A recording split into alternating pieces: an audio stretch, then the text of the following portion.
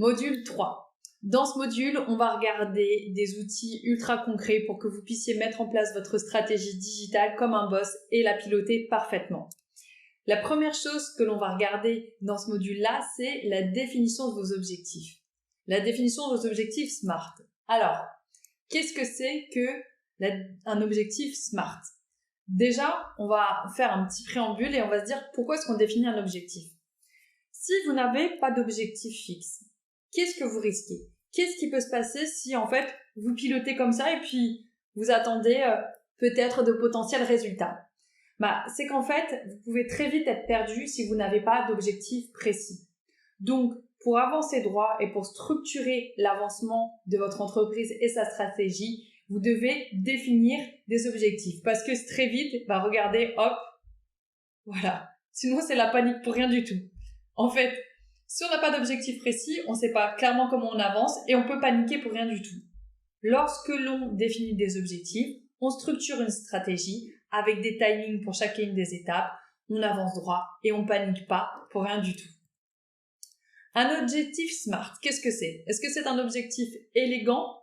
Pas vraiment. SMART, c'est un acronyme. Ça veut dire spécifique, mesurable, atteignable, réaliste et temporel. Donc, on va regarder chacun de ces points. Spécifique, ça veut dire que l'on est très clair sur l'objectif et sa définition. Ça voudra dire, par exemple, développer le nombre de clients, créer de nouvelles offres, augmenter les salaires des cuisiniers, développer le chiffre d'affaires, développer le nombre de boutiques. C'est quelque chose de spécifique qui est clairement édité. Mesurable, c'est un point qui est hyper important.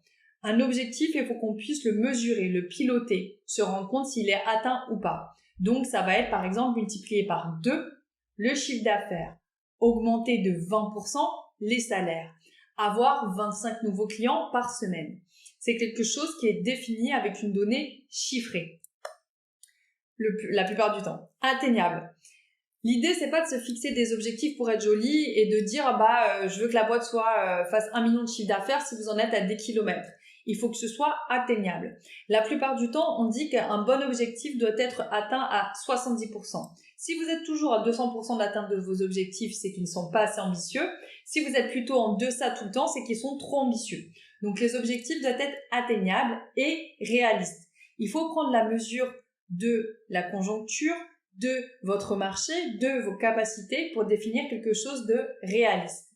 Et ensuite, ce qui est primordial, c'est d'avoir un objectif avec une définition temporelle. Un objectif, ça doit être défini dans le temps. À finir dans 12 mois, à finir dans 4 mois, à finir dans 1 an. L'objectif temps est primordial. Voilà déjà ce qui doit tenir votre stratégie, c'est d'avoir et de définir très clairement vos objectifs. 100 prospects par mois, 5% de taux de transformation sur les campagnes display d'ici 3 mois, 10 000 € de chiffre d'affaires pour sa boutique en ligne par mois, 500 inscriptions à un événement par trimestre. Donc voilà déjà la base qui est simple mais qui est essentielle à faire, fixer des objectifs avec cet outil qui est la définition d'objectifs SMART.